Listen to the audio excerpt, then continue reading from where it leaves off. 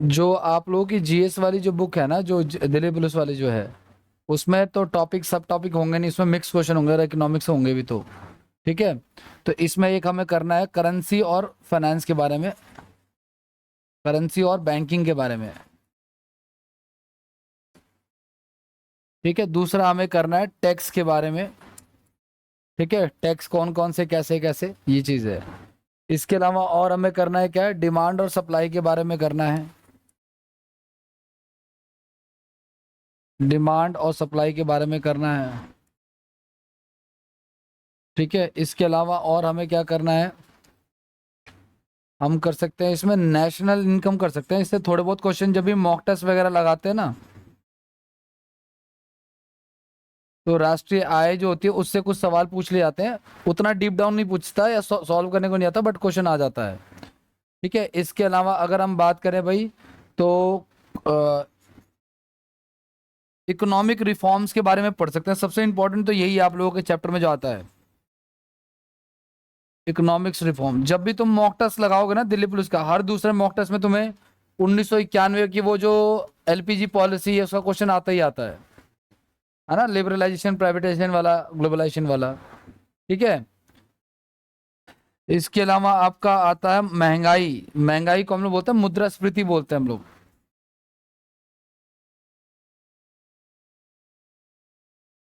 English में इसको बोलते हैं इन्फ्लेशन।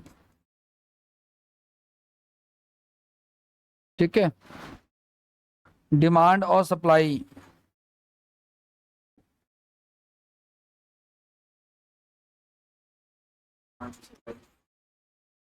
मतलब मांग और पूर्ति। इससे वैसे तो ना पूरे टॉपिक में भी पता है कि किससे पूछता है दिल्ली पुलिस में, जैसे कि डिमांड सप्लाई की बात करते हैं। जब आपकी इनकम घटेगी तो ऑब्वियस सी बात है कि आप घटिया वस्तुएं खरीदोगे, है ना। और जब आपकी इनकम बढ़ेगी तो आप अच्छी वस्तुएं खरीदोगे। जो घटिया वस्तु होते हैं उनको गिफ्ट एंड गुड्स कहते हैं। ठीक है, क्या कहते हैं उनको, गिफ्ट एंड गुड्स कहते हैं। ये 12th क्लास में भी था। तो आय बढ़ने से जो गिफ्ट एंड गुड्स होते हैं, इसको हिंदी में भी गिफ्ट एंड ही कहते हैं, या घटिया वस्तु बोल लो, उसकी जो मांग होती है वो क्या हो जाती है भाई। अगर आप देखो, मान के चलो आपके पास पैसे नहीं तो आप रिब्यूक का जूता पहन रहे हो, लेकिन आपके पास पैसे माने के बाद आप रिबॉक का पहन रहे हो, है ना, वो चीज है। ठीक है, इसके अलावा और इसके अंदर और भी चीजें आती हैं, शिफ्टिंग भी आती है। ठीक है, इसके अलावा टैक्सेशन वगैरह हो गया। Economic development and economic sector. Economic development भी कैसे, रिफॉर्म कह लो या इसको क्या कह लो आप लोग, डेवलपमेंट कह लो। ठीक है, कुछ अर्थव्यवस्था के प्रमुख सिद्धांत कह सकते हैं हम लोग।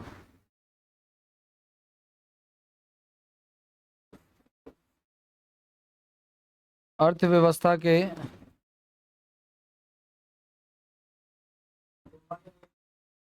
क्या क्या कह रहे हो। हाँ, डिमांड सप्लाई अपने आप में दो टॉपिक है, लेकिन एक ही चैप्टर में पढ़ा। अच्छा, दो बार लिख दिया मैंने, डिमांड सप्लाई नहीं, एक ही बार है। ठीक है, इस तरीके से तो ये कुछ कुछ मेजर टॉपिक है जो हमें करने हैं। इसमें बैंकिंग वाला कर लेते हैं पहले, करेंसी और बैंकिंग वाला, उसके बाद फिर आगे बढ़ते हैं। बजट भी आ सकता है, लेकिन अब बजट से अगर सवाल आएगा तो वो करंट अफेयर्स का सवाल आ सकता है। ठीक है ना, बजट से अगर सवाल आएगा तो वो करंट अफेयर्स आएगा। और एक, हाँ, भुगतान संतुलन, इंपोर्ट एक्सपोर्ट जो होता है ना, उसके थ्रू। तो भुगतान संतुलन, इससे क्वेश्चन मैंने देखा है। ये सारे क्वेश्चन मैंने कहाँ देखे हैं, ये जब मानव मॉक टेस्ट में जब पूछता था ना सर इकोनॉमिक्स कहाँ से पढ़ूं, तो इकोनॉमिक्स के क्वेश्चन में ये सारे क्वेश्चन मुझे दिखते थे। ठीक है, भुगतान संतुलन, इसको कहते हैं बैलेंस ऑफ पेमेंट कहते हैं। ठीक है, जैसे आपने किसी देश के लिए क्या अच्छा है, एक्सपोर्ट करना या इंपोर्ट करना, एक्सपोर्ट करना अच्छा है। ठीक है ना, अगर कोई देश ज्यादा इंपोर्ट कर रहा है तो वो ज्यादा खराब है। ठीक है ना, और इसी के बीच का जो डिफरेंस होता है उसी को भुगतान संतुलन कहते हैं। ये टॉपिक आता है। ठीक है, ये लगभग टॉपिक है। तो एक एक करके शुरू करते हैं। सबसे पहले शुरू करते हैं हम लोग बैंकिंग के बारे में। बैंकिंग में आपको पता है बैंक को गई दो हिस्सों में बांटते हैं, या तो ऐसे बैंक जिनको हमने क्या कर रखा है, जिनको रजिस्टर्ड कर रखा है। ठीक है, बैंक को हम कितने हिस्सों में बांट सकते हैं, दो हिस्सों में बांट सकते हैं। ऐसे बैंक जो कि शेड्यूल्ड हैं, सूचित बैंक जिसको कहते हैं, शेड्यूल मतलब समझ रहे हो, SCHE, DULED, शेड्यूल्ड बैंक। इसको हिंदी में क्या कहते हैं? सूचित बैंक। सूचित मतलब जिनका नाम ना RBI की लिस्ट में है। और एक हो गया आपका नॉन शेड्यूल्ड बैंक, जिनका नाम असूचित बैंक कहते हैं इनको। असूचित बैंक कहते हैं ऐसे बैंक जिनका नाम RBI की लिस्ट में नहीं है। ठीक है ना? तो पहली बात तो हमें अपने सारे काम किस में करने चाहिए? ऐसे बैंकों में जिनका नाम जो है वो, तो इनकी तो कोई वजूद ही नहीं है, इनका कोई दिक्कत नहीं है। आपको पता है ना कि भारत में जो बैंकों को संभालता है, ठीक है ना, जो बैंक को संभालता है उन सब, चाहे शेड्यूल हो चाहे नॉन शेड्यूल हो, सबको कंट्रोल कौन करता है? RBI कंट्रोल करता है। ठीक है ना? RBI कंट्रोल करता है। हालांकि RBI कोई फाइनल बॉडी नहीं है, उसके ऊपर जो है ना फाइनेंस मिनिस्ट्री भी है जो उसको कंट्रोल करती है। RBI जो बना है ना, जब हमने पॉलिटी क्लास शुरू की थी उसमें बताया था कि एक RBI का ना भारत शासन अधिनियम 1935, उसी में ही ना इसके लिए एक्ट बना हुआ है। RBI के लिए RBI एक्ट बना हुआ है, वो भी 1935 ही है। RBI एक्ट 1935 भी है। ठीक है ना? अब ये जो शेड्यूल बैंक है ना, ये दो तरीके से काम करता है, दो तीन तरीके से। पहला जो आता है ना इसमें, वो आता है आपका कॉर्पोरेट बैंक।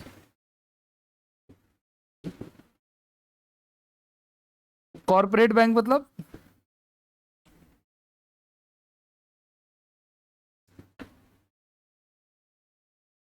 कौन से वाले कॉर्पोरेट? कॉर्पोरेट मतलब क्या होता है? कॉर्पोरेट वो जो बिजनेस के लिए हैं। ठीक है ना? कॉर्पोरेट भी मत बोलो, एक्चुअली कॉर्पोरेटिव बोलो, ज्यादा बच्चा। कॉर्पोरेट तो इसी में ही आ जाएगा आपका, कॉर्पोरेटिव बोलो। इसको बोलते हैं हिंदी में सहकारी बैंक। क्या बोलते हैं इसको? देखे होंगे कभी नाम आप लोगों ने। ठीक है, तो ये दो प्रकार से हो सकता है, या तो ये शहरी हो जाए या ये ग्रामीण हो जाए। ठीक है ना? या तो ये शहरी हो जाए या तो ये ग्रामीण हो जाए।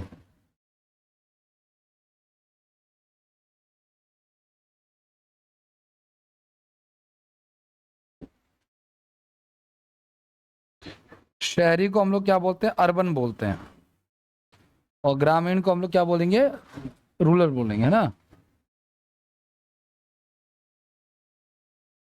लेकिन ये जो बैंक होते हैं, कॉमर्शियल बैंक होते हैं, ये कई तरीके से हो सकते हैं। इसमें हो सकता है कि भाई कुछ विदेशी बैंक आ रहे हो, फॉरेन बैंक्स, तो उसको हम क्या बोलते हैं? विदेशी बैंक बोलते हैं इसको हम लोग। या इसमें हो सकता है कि कुछ प्राइवेट बैंक भी आ रहे हो, या उसमें हो सकता है कि कुछ RRB आ रहे हो। RRB क्या? Railway recruitment board. हाँ, RRB बैंक मतलब क्या?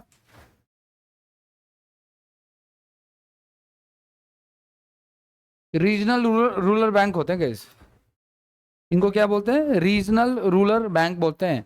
इनके फॉर्म निकलते हैं। और एक आपका आता है public sector bank. Public sector मतलब सरकारी।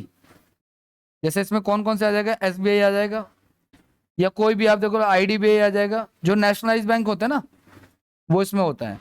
जितने भी इसमें नेशनलाइज बैंक आते हैं वो सारे के सारे आते हैं। ठीक है?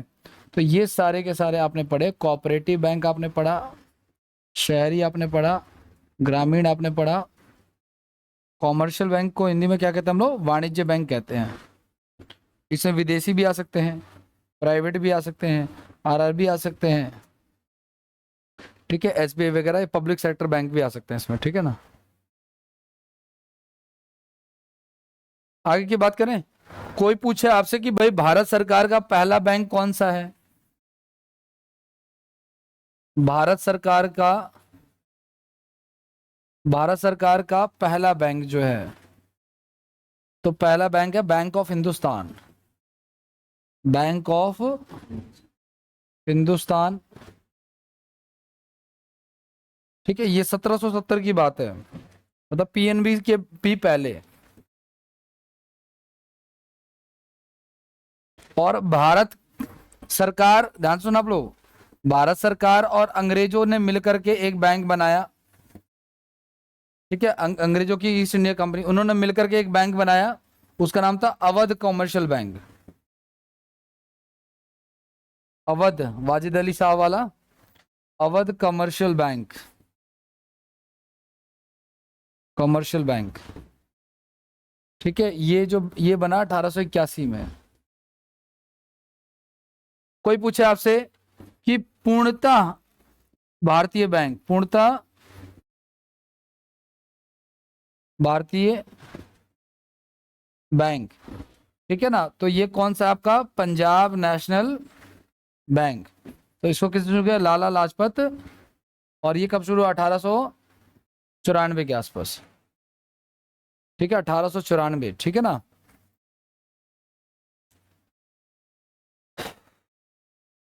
इसके अलावा गाइस एक और बैंक बना 1806 में, उसका कहता है Bank of Bengal, Bank of Bengal. और एक बना 1840 में बैंक ऑफ मुंबई। जो इलाके अंग्रेजों के टाइम पे ज्यादा पॉपुलर थे ना, वहीं पे ही उनके नाम के जो है वो बैंक बनाने इन लोगों ने शुरू किए, ठीक है। और एक और बैंक बना इसी टाइम पीरियड में, अंग्रेजों के टाइम पीरियड में ही, 1840 में, उसको कहते हैं बैंक ऑफ मद्रास। क्या कहते हैं इसको, बैंक ऑफ मद्रास। अब ये जो बैंक बने कौन कौन से, मैंने बताया बैंक ऑफ बंगाल बना था, बैंक ऑफ बंगाल बना 1806 में, 6, 40 और 40 में। सॉरी ये 73, ये 43 है कैसे। इसके अलावा बना ये 1800 का बना 1806 में, है ना भाई।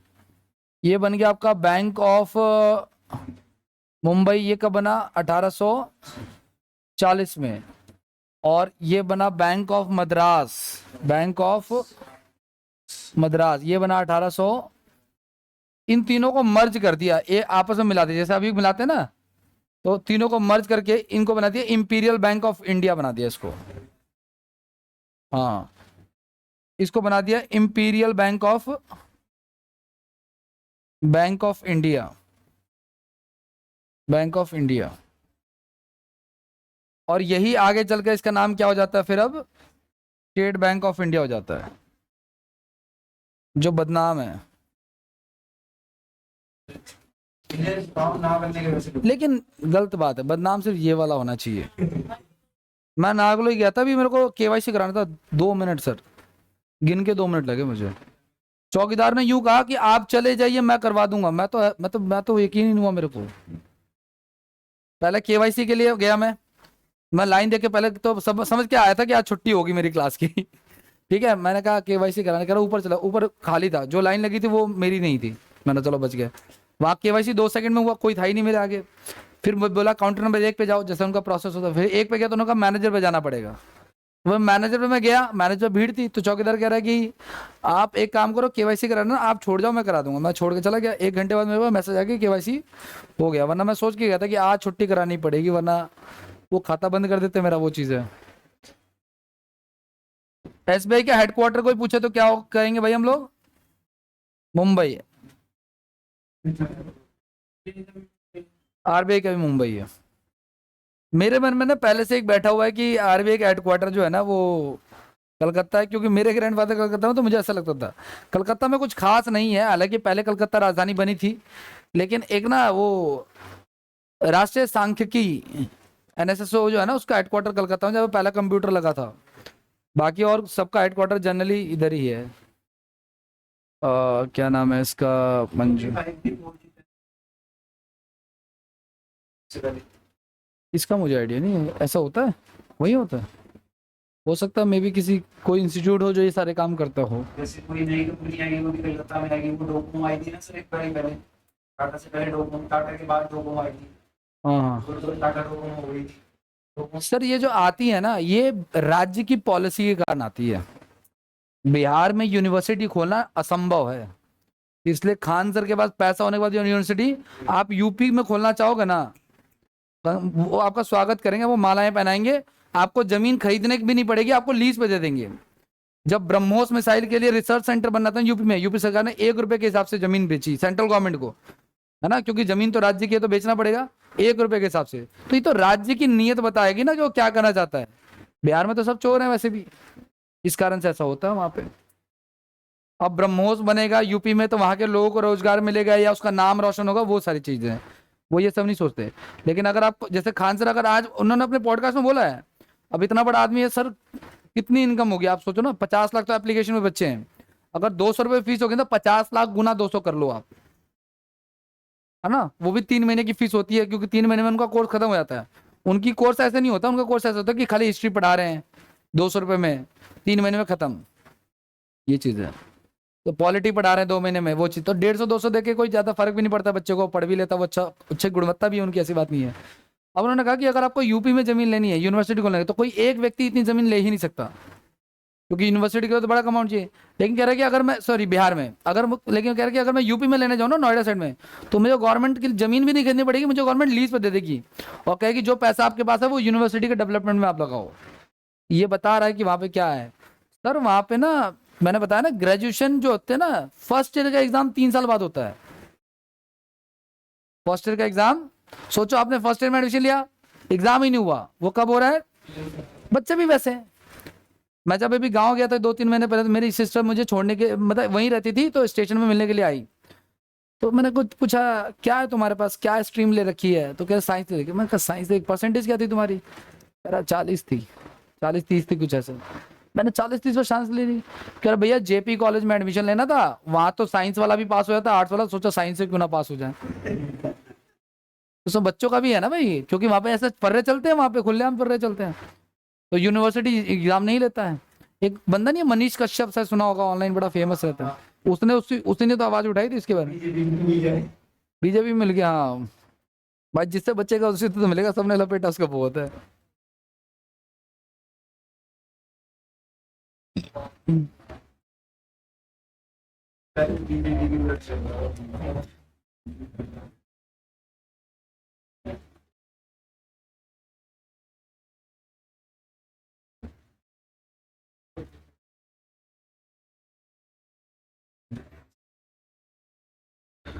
देखो आपको ना, हर एक बैंक का आपको कम से कम आपको ये पता होना चाहिए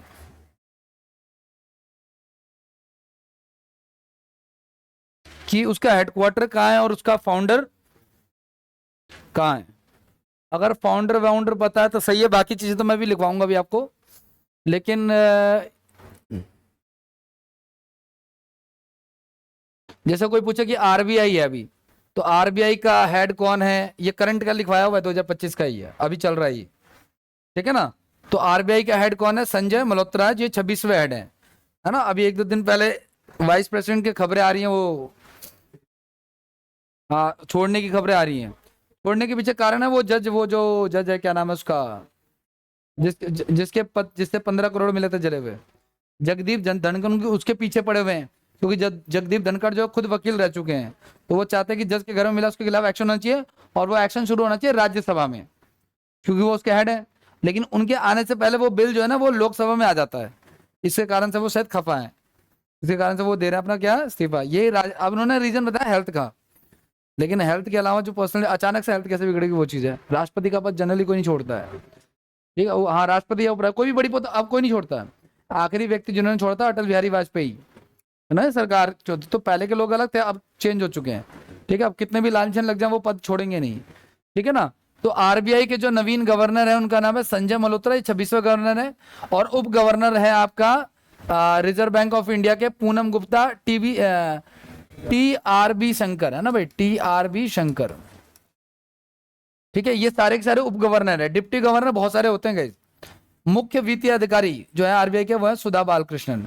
इसके अलावा देखो एसबीआई के अध्यक्ष जो है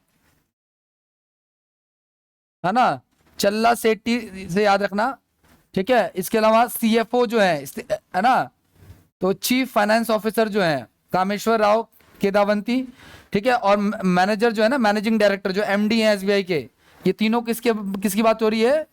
एसबीआई की बात हो रही है, तो राम मोहन राव अमार, ठीक है ना।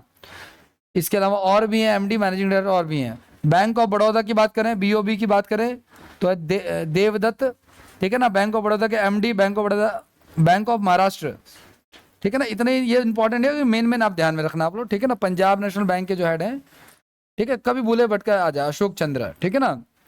इंडियन बैंक के है विनोद। इंडियन बैंक का विलय किसमें हुआ है? इलाहाबाद बैंक में। किसमें हुआ है भाई? आपको पता ना कि 10 बैंकों का जो है ना विलय हो गया है, 10 बैंकों का। ये भी विलय वैसे हम पढ़ेंगे। तो 30 अगस्त 2019 को गई, 30 अगस्त 2019 को ये विलय हुआ है। तो चूंकि मेरा तो इंडियन में भी है, मुझे पता है, तो इंडियन का मैं देखता हूँ कि उनके साथ साथ तो अब कौन से बैंक का बोर्ड लगता है आपका? हाँ, तो इलाहाबाद बैंक के साथ मर्ज हो गए, 10 बैंकों का मर्जर हुआ, आगे पढ़ेंगे उसमें।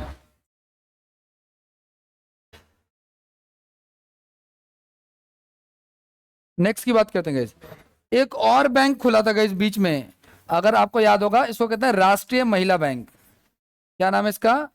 राष्ट्रीय महिला बैंक। ये कब खुला पता आपको? ये ना महिलाओं के लिए खुला हुआ है, और ये निर्भया वाले केस के बाद खुला था, ठीक है ना। तो ये 2013 के आसपास, मतलब 2012 में वो हुआ था, और एक साल बाद। इसका भी हेडक्वार्टर कहाँ है? तो इसका हेडक्वार्टर है मुंबई में, ठीक है ना। और इसका 19 नवंबर 2000, अब इसका भी विलय हो गया शायद, आई थिंक। ये कुछ खास नहीं है वैसे, ये बैंक फेल था, मतलब फेलियर है बैंक, उसमें कुछ खास नहीं है, ठीक है।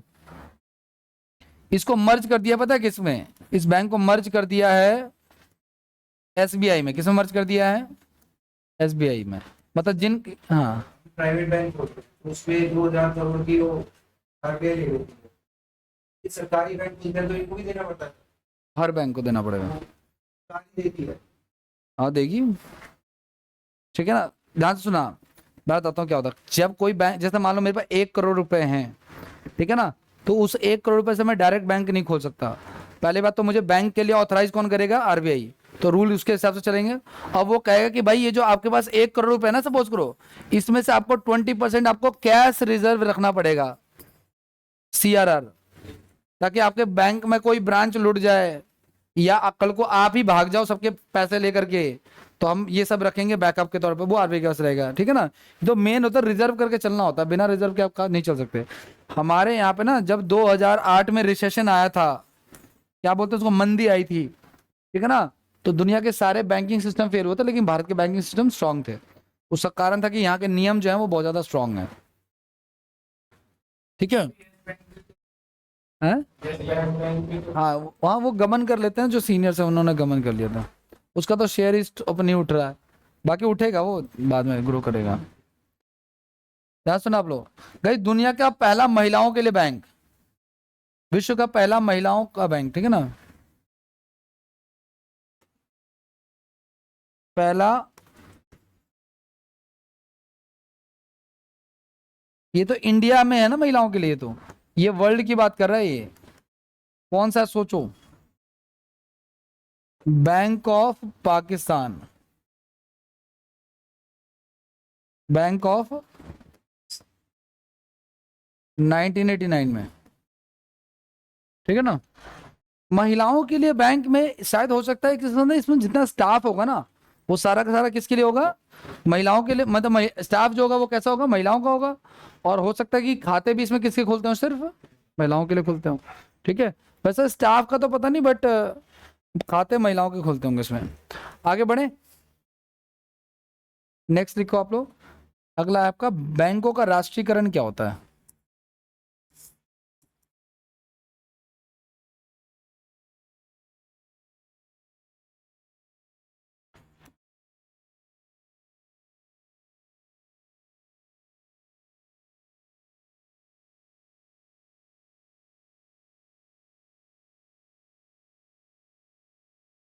बैंक ऑफ पाकिस्तान महिलाओं के लिए पहली बार मतलब प्रायोरिटी बेस पे खुला था 1989 में। राष्ट्रीयकरण क्या होता है भाई, ये बताओ।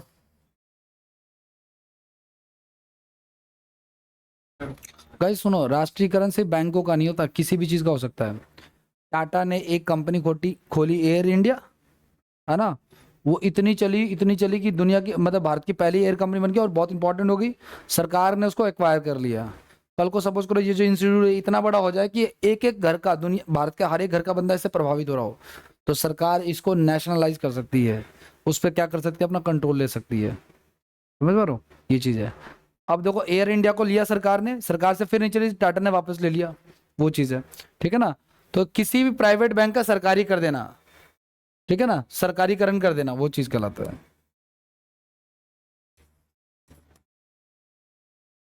किसी प्राइवेट बैंक का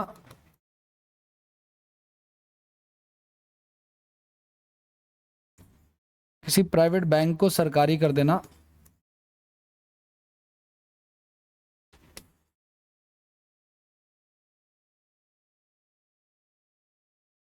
राष्ट्रीयकरण कहलाता है।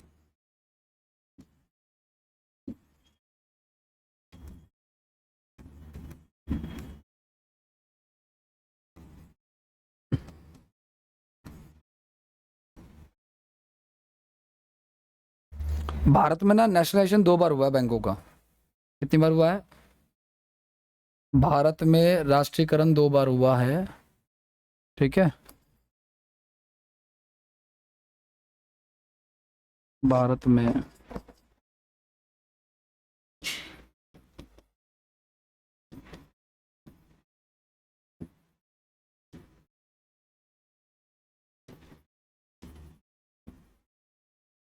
देखो, राष्ट्रीयकरण अलग चीज होती है और बैंकों को मर्ज करना अलग चीज होती है, ठीक है।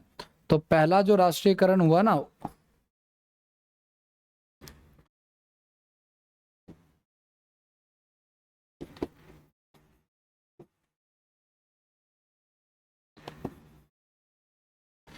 वो पहला राष्ट्रीयकरण में ऐसे बैंकों को शामिल किया जिनकी पूंजी 50 करोड़ से अधिक थी।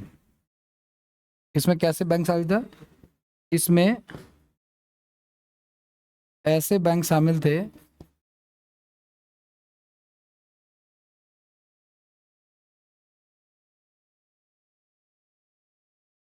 जिनकी पूंजी 50 करोड़ से अधिक थी।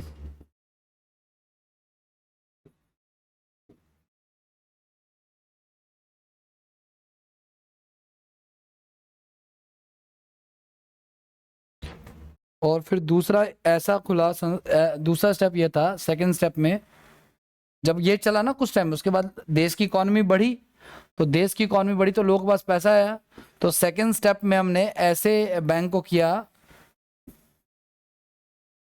जिनकी जो पूंजी थी ना वो 50 करोड़ से ज्यादा थी, क्योंकि 50 करोड़ वाला टारगेट हमने अचीव कर लिया था, लगभग 200 करोड़ थी। इसमें कौन से बैंक शामिल थे? ऐसे बैंक जिनकी पूंजी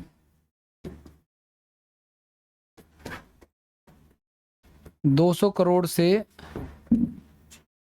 ज्यादा थी, ठीक है ना। ये 1980 में इन्होंने ऐसा किया, और इसमें 6 बैंकों का राष्ट्रीयकरण हुआ था। इसमें 6 बैंक्स का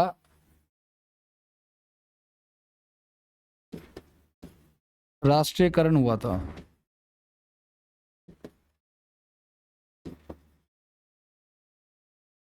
वर्तमान में भारत में राष्ट्रीयकृत बैंकों की संख्या 12 है। वर्तमान में कितने नेशनलाइज बैंक हैं? 12। तो वर्तमान में राष्ट्रीयकृत बैंक की संख्या 12 है।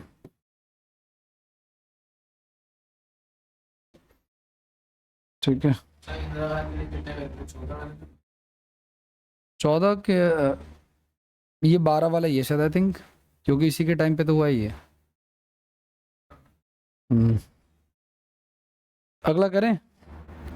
अगला एक जो हमने बैंक की कैटेगरी पढ़ी थी ना भाई, आरआरबी। जब मैं नया नया आया तो मैं फॉर्म भरता था तो मुझे इनके बीच में बड़ी कंफ्यूजन होती है कि आरआरबी रेलवे वाला है कि, ठीक है ना, रेलवे रूरल बैंक जो है ना, इसको बोलते हैं क्षेत्रीय ग्रामीण बैंक, ठीक है ना, आरआरबी बोलते हैं इसको। और जो तुम्हारा रेलवे वाला जो भर्ती वाला है, आरआरबी एनटीपीसी वाला, वो रेलवे रिक्रूटमेंट बोर्ड है, इसको क्या बोलते हैं? क्षेत्रीय ग्रामीण बैंक। ये अलग है और वो अलग है, ठीक है ना। ये जो क्षेत्रीय ग्रामीण बैंक है, पता है कब स्टैब्लिश हुए?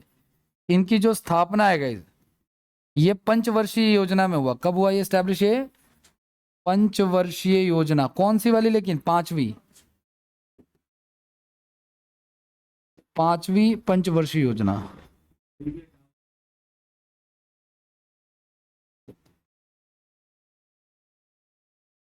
ठीक है, 2 अक्टूबर 1975।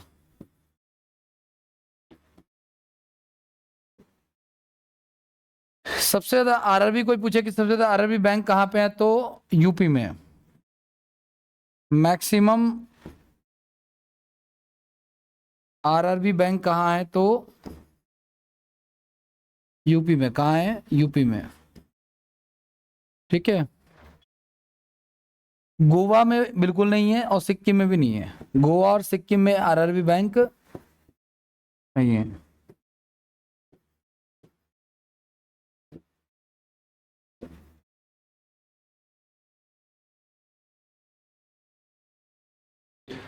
उन्नीस में ना एक समिति बनी थी, याद रखना आप लोग। 1987 में एक कमेटी बनी थी और उस कमेटी का नाम था केलकर कमेटी। क्या नाम था? तो आपसे कोई पूछेगा कि केलकर कमेटी किससे संबंधित है, ठीक है ना, इस तरह के नाम पूछ रहा था। इकोनॉमिक्स आती है आप लोगों के सिलेबस में, लेकिन उतनी डीप डाउन नहीं आती है। तो आपसे पूछे केलकर कमेटी किससे रिलेटेड है, तो आरआरबी से रिलेटेड है। ठीक है, इन्होंने क्या कहा, इन्होंने कहा कि आरआरबी की अब संख्या नहीं बढ़ेगी, आरआरबी की संख्या अब आप नहीं बढ़ा सकते, है ना भाई। तो आरआरबी की संख्या नहीं बढ़ेगी, हाँ इनकी ब्रांचेस बढ़ सकती हैं। आरआरबी की ब्रांचेस जो है ना, शाखाएं, जैसे एसबीआई और एसबीआई की ब्रांचेस हैं, तो पूरे देश में एसबीआई एक ही रहेगी, लेकिन उसकी ब्रांचेस जो हैं वो अलग अलग हो सकती हैं। नहीं, सेम नहीं है ना। इससे पहले क्या होता था, यूपी में मान के चलो आरआरबी खोलना है, तो यूपी में 50 आरआरबी हैं, सपोज और खोल दिए, तो कह रहे अब तुम और नया आरआरबी मत खोलो कि यूपी, जैसे मान लो जिले के हिसाब से खोल दिया उन्होंने, कि भाई मान के चलो कौन सा, ये मेरठ का अलग है, कहीं का अलग है, कहीं का अलग है, ऐसा मत खोलो आप लोग। पूरे यूपी में अगर खोल रहे हो तो आप नाम एक ही रहेगा, उसकी ब्रांचेस खुल जाएंगी कि मेरठ की ब्रांच है या उसकी ब्रांच है, उसकी ब्रांच है। ठीक है, आरआरबी की ब्रांचेस जो है ना बढ़ेंगी। ब्रांच खोलना और नया बैंक खोल देना अलग अलग चीजें हैं। लेकिन ये आरआरबी करता क्या है, मेन टारगेट इनका क्या है, तो इनका मेन टारगेट होता है भाई किसानों को लिए होता है। किसके लिए होता है? किसानों के लिए होता है ये।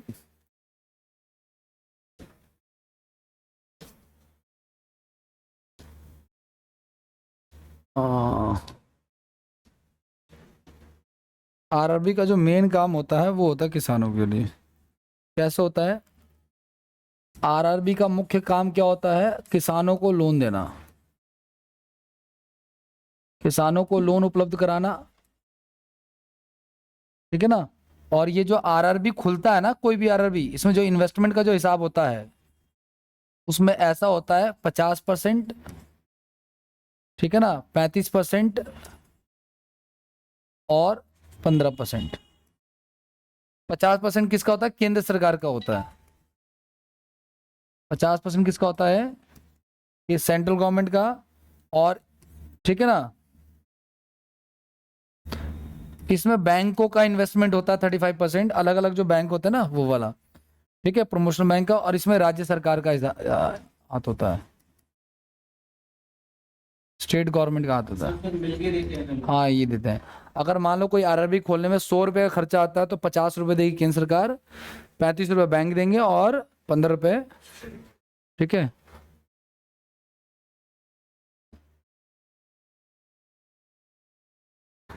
नेक्स्ट की बात करते हैं guys, निजी बैंकों की बात करते हैं। ज़्यादातर क्वेश्चन तो निजी बैंकों से ही आएंगे आपके, ठीक है। प्राइवेट बैंक जिसको कहते हैं, निजी बैंकों से या कॉमर्शियल बैंकों से?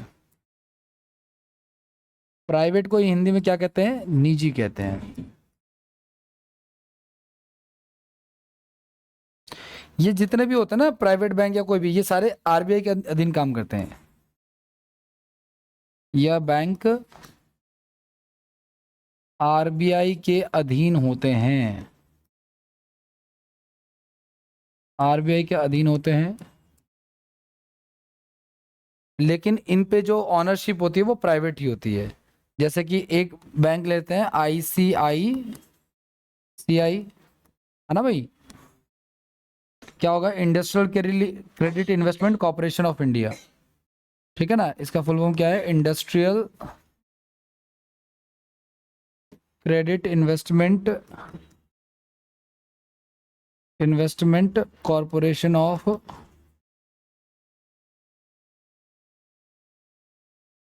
ठीक है ना, ये सब चीज, ठीक है ना। इसमें HDFC बैंक भी आ सकता है। HDFC बोलो तो क्या, housing development financial corporation, housing development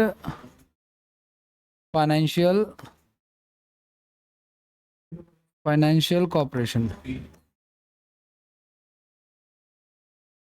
ठीक है ना।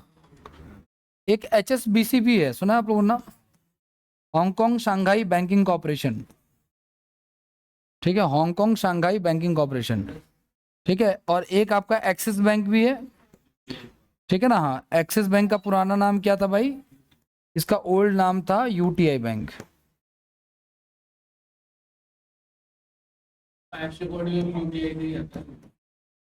अच्छा, ये कब मतलब ये चेंज कब हुआ, 2007 में। एक्सिस बैंक कब चेंज हुआ, ये 2007 में चेंज हो गया, मतलब उससे, ठीक है।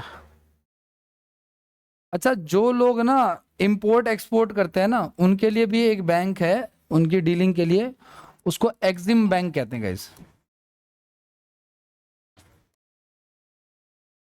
ठीक है। एक्सिम मतलब एक्सपोर्ट इंपोर्ट कर रहा है ये, इसकी वजह से, ठीक है ना। या एक्सपोर्ट इंपोर्ट करने के लिए, एक्सपोर्ट इंपोर्ट के लिए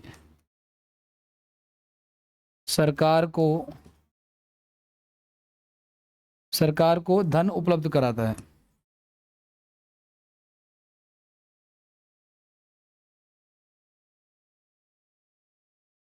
और एक और बैंक है गाइस, इसको नाबार्ड कहते हैं, NABARD, इसका भी आता है क्वेश्चन, ये भी याद रखना आप लोग, ठीक है। तो इसका तो एक तो फुल फॉर्म याद रखना और कुछ एक बातें और,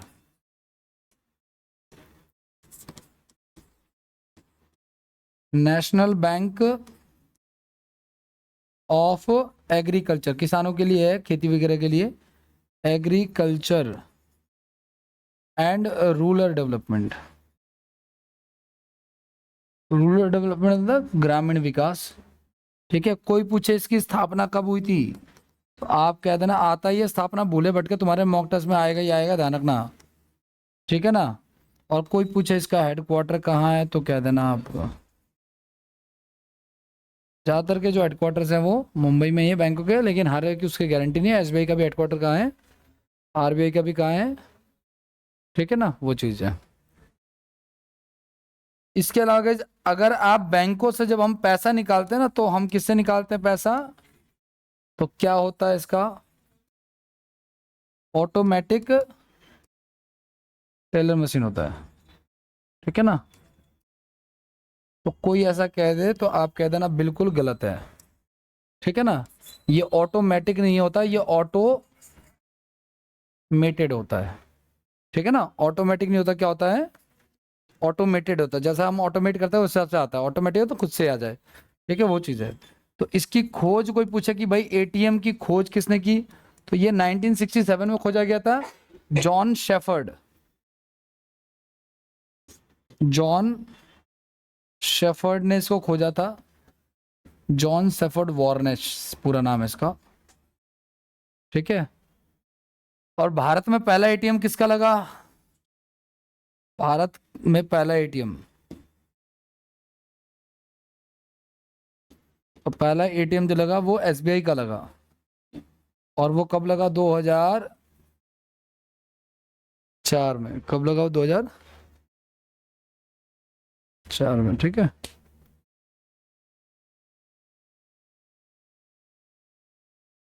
आगे की बात करें, अब देखो ध्यान सुना आप लोग, बैंक अकाउंट जो होते हैं गाइस,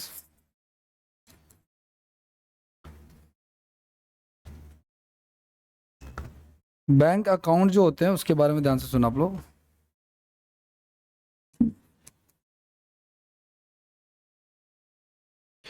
इसमें तीन तरीके से इसको डिवाइड किया जाता है। कौन कौन से तरीके हैं पता है आपको? कैसे कैसे अकाउंट होते हैं हमारे? और जी जीरो बैलेंस। डिमांड डिपॉजिट होता है। क्या होता है? डिमांड डिपॉजिट होता है। एक होता है रिकरिंग डिपॉजिट होता है। डिपॉजिट होता है और एक होता है फिक्स डिपॉजिट।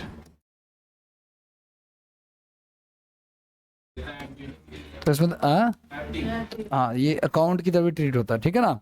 ये दो तरीके का होता है। जो डिमांड डिपॉजिट होता है दो तरीके का होता है, या तो ये सेविंग होता है या तो ये करंट होता है, ठीक है। तो जो आप लोग कह रहे हैं वो किसका पार्ट है ना? मांग जमा का है ये।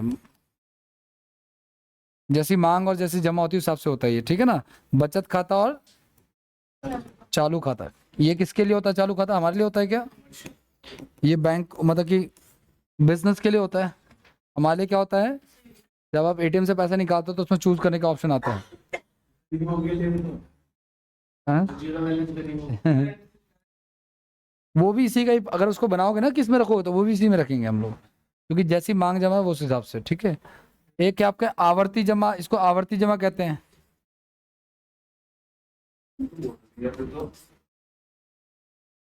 मेरे अकाउंट से एक बार में 1 लाख रुपए निकल जाते हैं। करवाने सर, करवाने किस तरीके की करवाने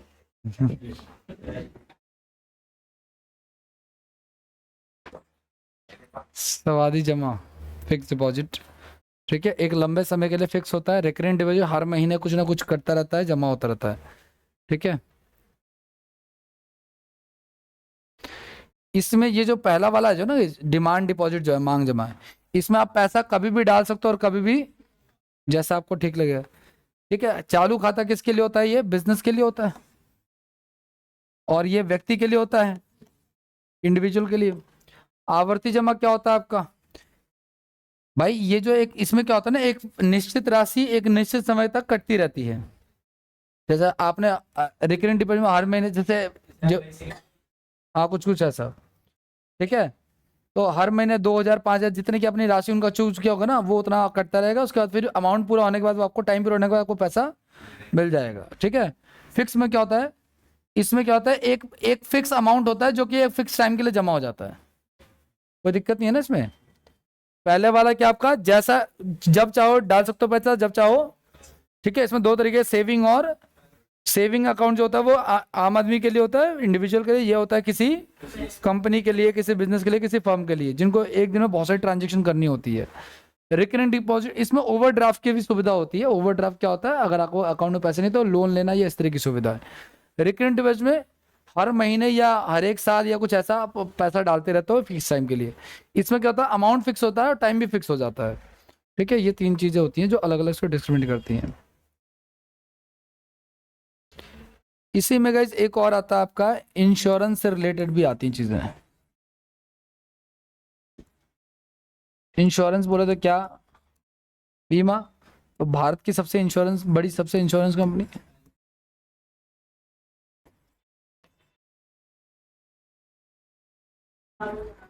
क्यों पागल क्यों बनाते हैं? लोन थोड़ी मिलता है ऐसे। हाँ आगे चलो 20 लाख की एलआईसी 20 साल बाद की 20 साल बाद तो 20 लाख की कोई वैल्यू ही नहीं है। अब मेरे फादर ने लेने की थी हो गए 25 साल। मिला? क्या मिला? 50,000 वो कितने की थी एलआईसी? 50 की थी। उन्हें लगा 50,000 मंथली करते थे उसके सामने नहीं 1 साल भरी 7 लाख मिले। क्या क्या क्या ये स्कीम अच्छी थी? 5,000 जाते 1 साल तक। 1 साल पहले चालू कराई थी उसके फादर की डेथ हो गई 7 लाख। ये तो आप टर्म प्लान ले लोगे तो भी हो जाएगा। 2 करोड़ वाला 600 रुपये महीना जाएगा और आप मर जाओ और 2 करोड़ मिल जाएंगे। ये ऑप्शन आपके घर वाले यूज करेंगे सर, आपको याद करेंगे, दुआ देंगे। ठीक है, आपकी 13वीं बढ़िया से हो जाएगी।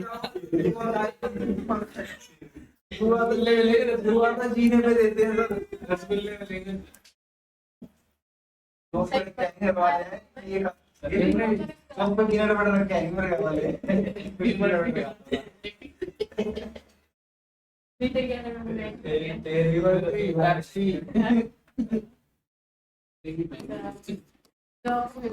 13वीं वाले दिन चौमिन ऐसे ना छप्पन से दिए कप्पा नहीं है।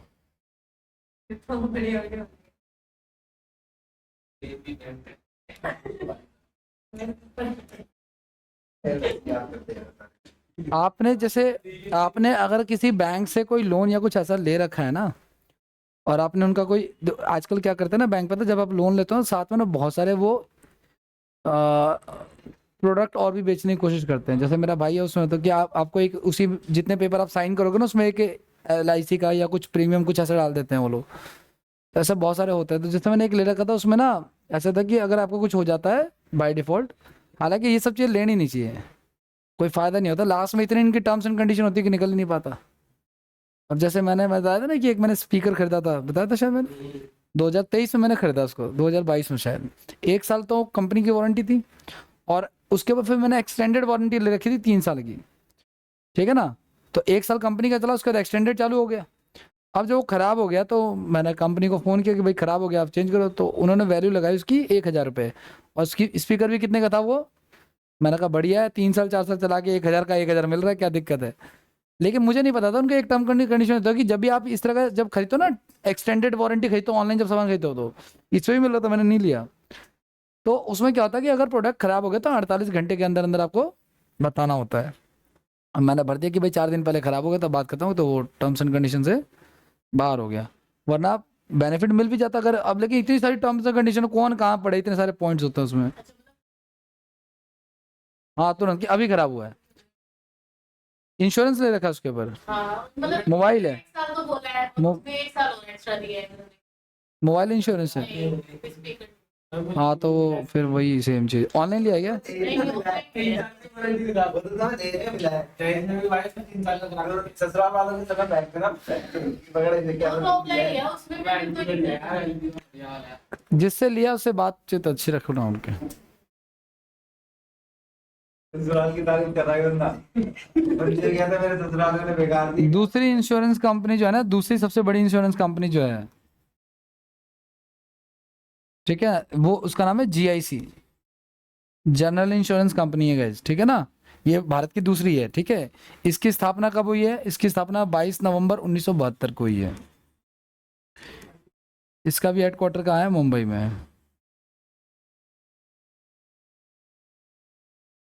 LIC से जब आप कोई प्लान लेते हो तो उसकी जो इंस्टॉलमेंट आप भरते हो वो क्या कहलाता है आपका।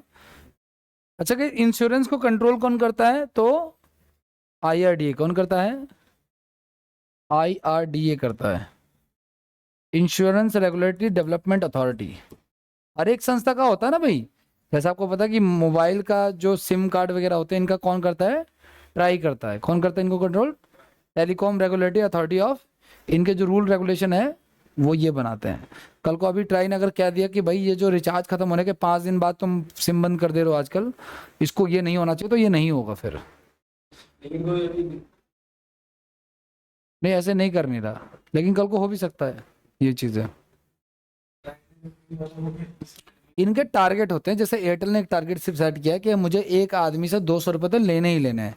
तो उनका मिनिमम रिचार्ज कितने का, 199 का है ना। और 1 महीने बाद वो बंद हो जाना है, 5 दिन बाद, ये चीज़ है। अगले दिन ही कर देते हैं, रिचार्ज खत्म हुआ कल ही कराया।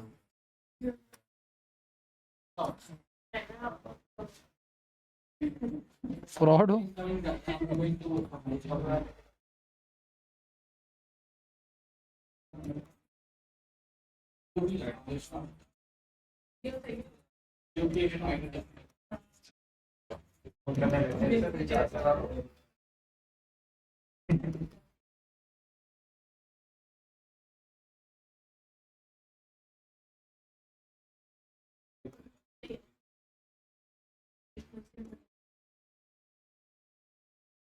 जैसे मैंने बताया कि ये किसको कंट्रोल करता है, बातें नहीं करो, किसको कंट्रोल करता है, है ना। तो उसी तरीके से ना एक आपका ट्राई होता है जो कि किसको, telecom regulatory authority of India, ये किसको कंट्रोल करता है, सिम्स वगैरह जैसे एयरटेल वगैरह हो गया, टेलीकॉम कंपनीज को, है ना, या आपका वोडाफोन हो गया, है ना, वोडाफोन ही था ना, हाँ ठीक है, और इसके अलावा बीएसएनएल या कोई भी कंपनी होगी उसको कंट्रोल करता है। ठीक है, ऐसी बैंकिंग को कौन कंट्रोल करता है, आरबीआई कंट्रोल करता है। ठीक है ना, ये चीज है।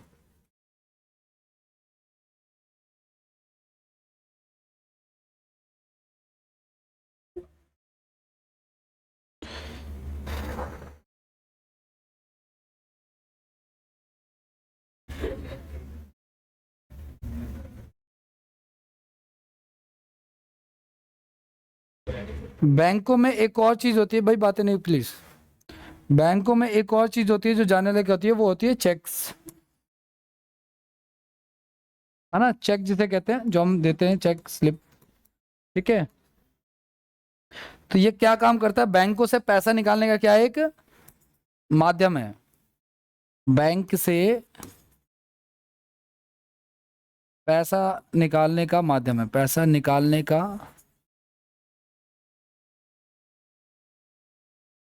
पैसा डालने का भी माध्यम है क्या ये,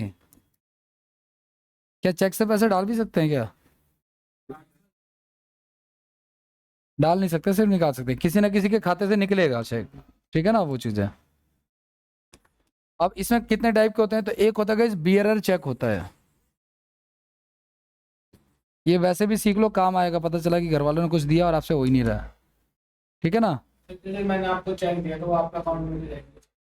हाँ देखो जनरली जब चेक होता है ना, उसके अगर यहाँ पे अकाउंट पे ही लिखा होता है ना ऐसे स्लैश करके, तो वो अकाउंट में ही जाता है।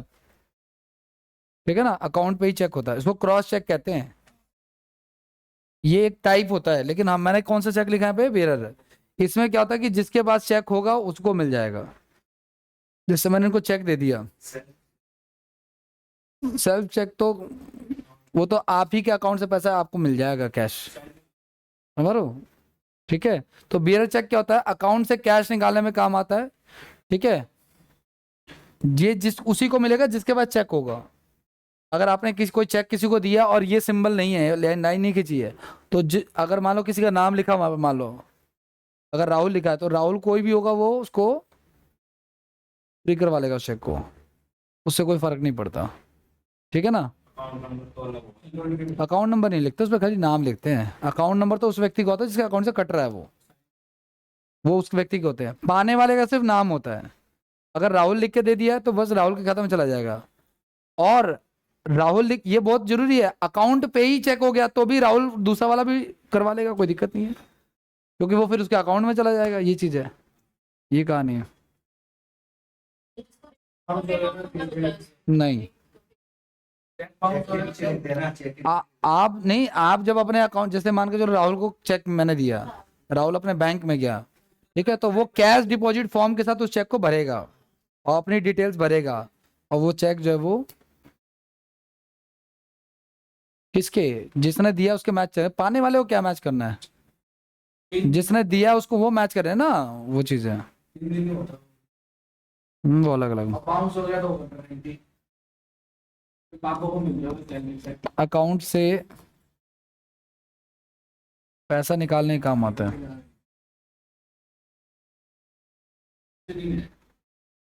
अकाउंट से कैश निकालने का, अकाउंट से कैश, ये जो है ना, ये जो बियरर चेक होता है, इसमें आपको लाइन में लगोगे, आपको इसके बदले कैश मिलेगा, वो चेक रखेगा, आपको क्या देगा इसके बदले, कैश देगा आपको। ठीक है ना, और एक होता है आपका ऑर्डर चेक होता है, ORDER, ऑर्डर चेक होता है।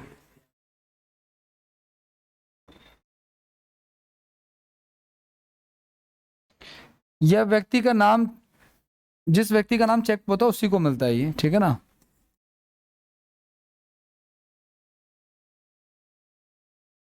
फोटो तो एक ही होगा सर, इसमें भी नाम जो मिल रहा है। दे दिया मैंने। वो किसी और के अकाउंट से, अपने अकाउंट से, ये जिसके पास हो जाएगा ना, ये जिसके पास हो जाएगा उसको मिल जाएगा। ठीक है ना, अनसिक्योर है ये, क्योंकि आपको मैंने चेक दिया, मान लो बेयर चेक है वो, और गिर गया आपकी जेब से, तो जिसको मिल गया उसको मिल गया, वो चीज़ है। ठीक है ना। लेकिन ये जिस व्यक्ति का नाम उस पर लिख दिया, और मान लो राहुल नाम का लिख दिया, लेकिन जिसको पास का नाम राहुल नहीं है, तो या तो उसको फाड़ के फेंके, या अगर उसमें अक्ल है तो फिर वो किसी राहुल, अपने मित्र राहुल को ढूंढे।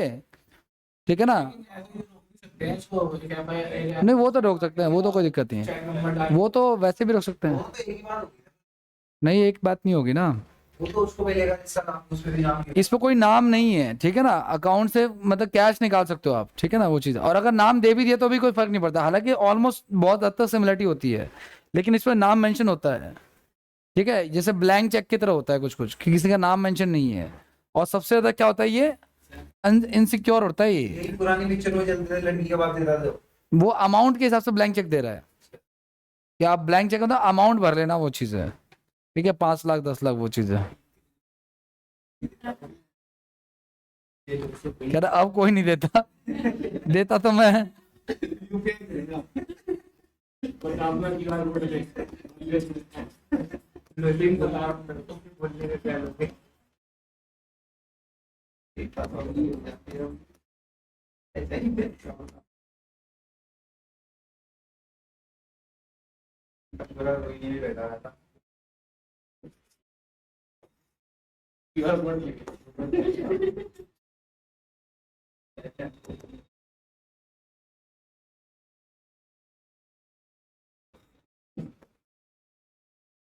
क्रॉस चेक क्या होता है आपका, इसमें पैसा अकाउंट में जाता है।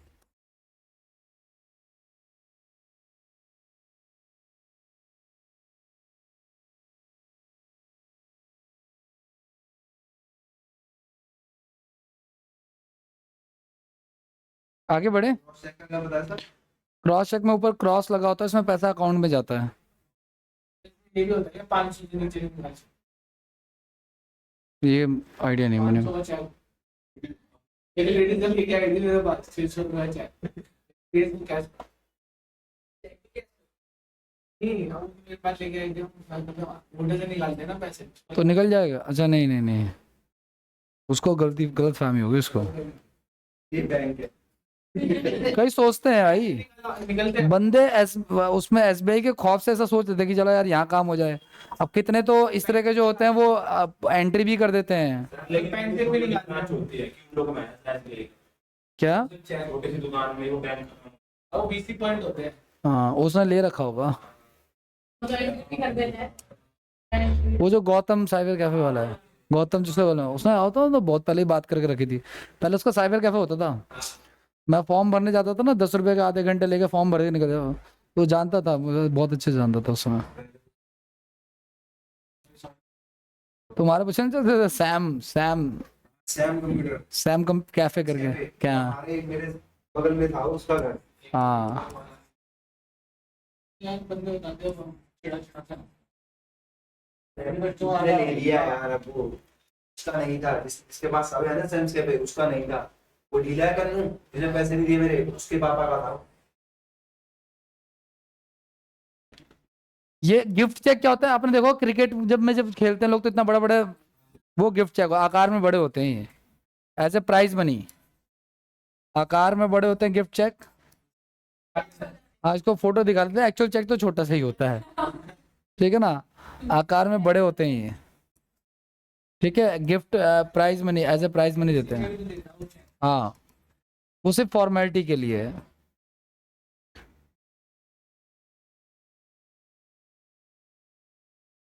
एक होता है आपका पोस्ट डेटेड चेक होता है guys। ये क्या होता है, जो क्रिप्स मिशन आया था गांधी जी ने। पोस्ट डेटेड चेक क्या होता है भाई, कोई अगर मैंने कोई डेट लिख दिया ना किसी चेक पे कि भाई ये डेट है, तो वो 3 महीने तक वैलिड है, तो वही पोस्ट डेटेड चेक होता है। मतलब भविष्य में 3 महीने तक आप उसको क्या कर सकते हो, उसको फ्री करवा सकते हो आप। ऐसे चेक जो दी गई तारीख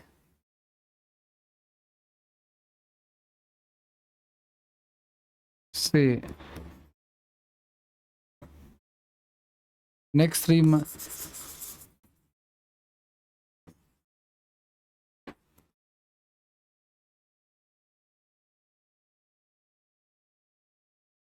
सरकारी कर्मचारियों का दिमाग तेज चलता है। मेरे एक नॉन में एक सर हैं, उनके फादर गवर्नमेंट जॉब में थे, सीपीडब्ल्यूडी में। तो उन्होंने अपनी चेकबुक में ना लास्ट में एक चेक पे साइन करके वो गुजर गए। मतलब कब गुजरे पता नहीं, उन्होंने इमरजेंसी में साइन करके रख रखा था। जब गुजरे तो उनके अकाउंट में अच्छे खासे पैसे थे, तो वो कैसे आउट होंगे। तो वो उन्होंने दिमाग ये चला था कि ये मैंने एक साइन करके चला आता हूँ। अब वो जो सर थे जो जिनके फादर गुजरे थे, वो गए बैंक, ब्रांच मैनेजर उनका जानकार था। उन्होंने प्रॉब्लम बताई कि भाई ये तो गुजर गए, अब कैसे क्या होगा, लेकिन एक चेक है जो पीछे साइन किया हुआ है। तो उनका सर एक चेक है तो अमाउंट बता दिया बैंक मैनेजर इतना है, तो 100-200 रुपये छोड़ के 500 रुपये उस पर अमाउंट फिल कर दिया चेक पे और उसको निकलवा लिया, उसका अकाउंट क्लोज कर दिया। अकाउंट क्लोज होने के बाद बैंक के बाद डिटेल नहीं रहती, फिर आपकी फिर बात खत्म हो जाती है। नॉमिनी भी तो सर होता है। नॉमिनी नहीं भरा होगा, नॉमिनी के लिए उनका खाता जब खुला होगा तो उनका बेटा थोड़ी पैदा हुआ होगा, घर वाला है। ठीक है ना। अरे वाइफ तो पहले गुजर चुकी है, ठीक है। नॉमिनी तो पहले ही जा चुका है। चेक साइन करते लेकिन मिलता तो फैमिली वही तेरा भाई भी नहीं थी तो भी वो कहता है। वही भैया बड़ा क्लेश है सर ये।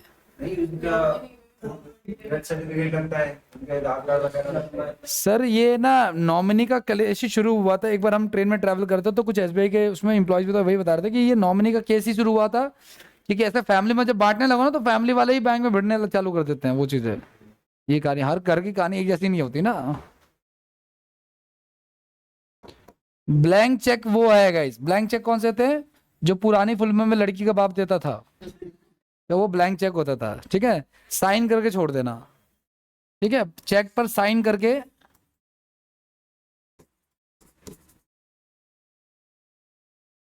साइन छोड़ देना, जिसकी आप उम्मीद रख रहे हो लेकिन आपको कोई 5 रुपए नहीं देगा, ठीक है। चेक बाउंस का क्या प्रोसेस होता है गाइस।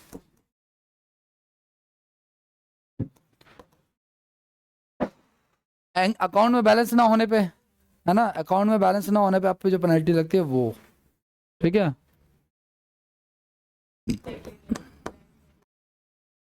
तीन चेक के बाद तुम्हारे पास केस होता है।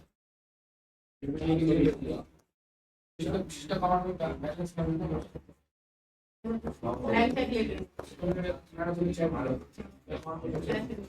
कर दिया एक बार हो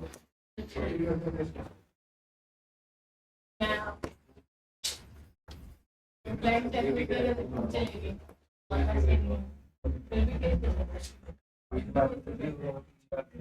ठीक है। पहली बार ये होता है लेकिन 3 बार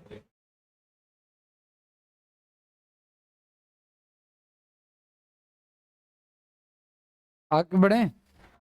एक शब्द होता है कोर बैंकिंग। कोई पूछा आपसे कि कोर बैंकिंग क्या होता है, तो जब कोई कस्टमर ना अपना खाता देश के किसी भी दूसरे ब्रांच से हैंडल कर ले, इसको कहते हैं सीबीएस सिस्टम बोलते हैं, इसको कोर बैंकिंग सिस्टम बोलते हैं। इसको कोर बैंकिंग सिस्टम क्या होता है, जब एक कस्टमर, जब बैंक कस्टमर जो है अपना खाता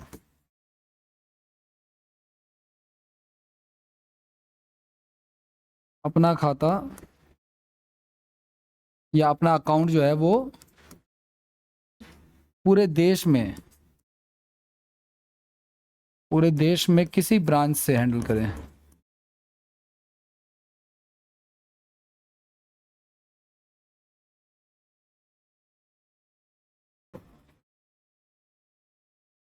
हैंडल कर सकते हैं, उसको कोर बैंकिंग कहते हैं।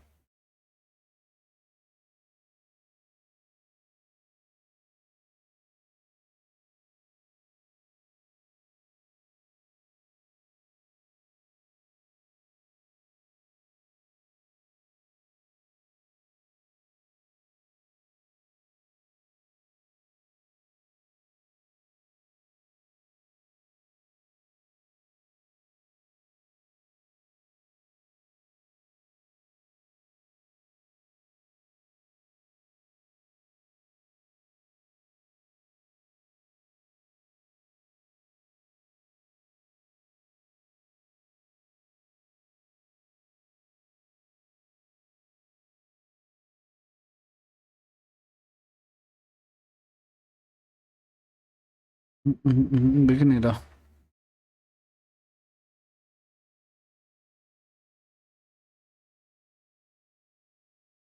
नेक्स्ट आता है guys आपका अलग अलग वो आता है, जैसे एक टर्म आता है NEFT, ये आता है आप लोगों के एग्जाम में, ठीक है। NEFT होता है, ये बैंकिंग टर्म्स होती है जो हमें जाननी है, ठीक है ना। तो NEFT से कोई व्यक्ति फर्म जो है ना इलेक्ट्रॉनिक माध्यम से एक जगह से दूसरी जगह पे पैसे भेज सकता है, ठीक है। इसका क्या मतलब है? इसका मतलब होता है आपका नेशनल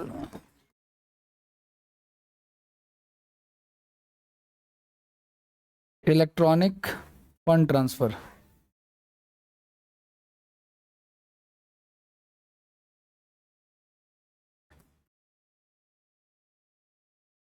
ठीक है ना, इसको क्या बोलते हैं? NEFT बोलते हैं।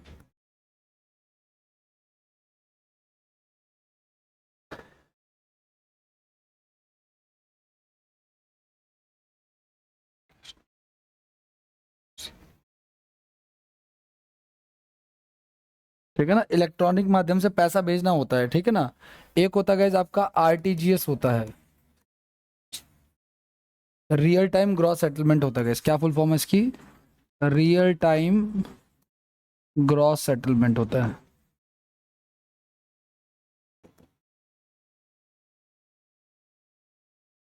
सबसे फास्टेस्ट होता है गाइस, सबसे तेज। ये सारे तो पैसे ट्रांसफर करने के लिए हैं, लेकिन कोई स्लो है कोई तेज है, ये सबसे तेज तरीका होता है, तुरंत ही ना पैसे चले जाते हैं। सबसे सबसे तेज फंड ट्रांसफर का तरीका।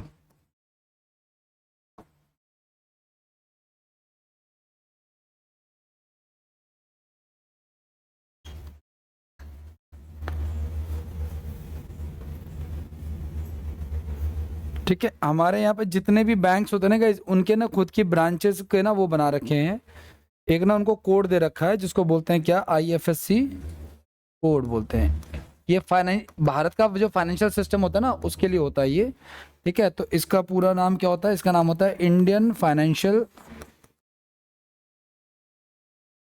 Financial system code.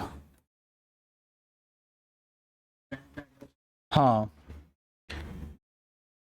कितने डिजिट होते हैं? कोई पूछे आपसे? 11 डिजिट होते हैं। कितने होते हैं? ठीक है ना। और ये काम किस में आता है? तो अगर आपने RTGS करना है उसमें भी ये जरूरी है, या NEFT करना है उसमें जरूरी है, या इस आपका इलेक्ट्रॉनिक ट्रांसफर करना है, ECS बोलते हैं इसको शायद, ठीक है ना। शायद ECS एक प्रोसेस होगा सेम वैसे जैसे ये वाले हैं, ठीक है। और एक हमने पढ़ा था गाइस वो MICR वाला, वो भी आता है। MICR कोड क्या होता है? क्या MICR? बताओ यार, इतनी बार तो ये आ चुका एग्जाम में, इससे पता चला कि आप जाग रहे हो। ठीक है, मैग्नेटिक, ये हमने कंप्यूटर में भी पढ़ा था।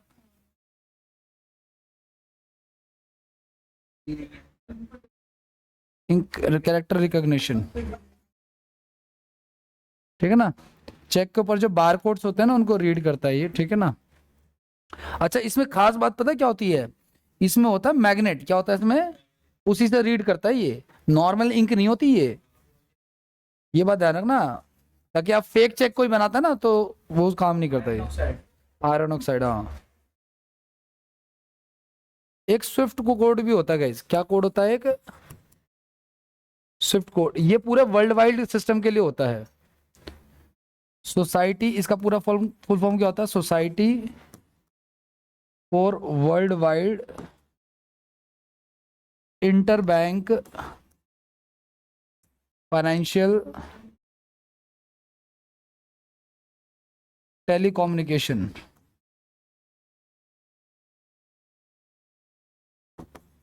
Communication code. ये किसके लिए होता है? ये अभी तक जितने पीछे कोड लिखे हैं वो सारे नेशनल थे, लेकिन ये कौन सा कोड होता है हमारा? इंटरनेशनल कोड होता है, इंटरनेशनल बैंकिंग सिस्टम के लिए यूज किया जाता है। आज के लिए इतना ही, थैंक यू। अगली क्लास में ना इसी में थोड़ा सा एक टॉपिक पढ़ेंगे हम लोग, कौन सा वाला? जैसे हमने पढ़ा था ना कि भाई CRR होता है, CRR क्या होता है, SLR क्या होता है, ठीक है। इस तरह के जो अलग अलग जो RBI के रूल्स रेगुलेशन होते हैं उसके हिसाब से हमें देखना है इसको।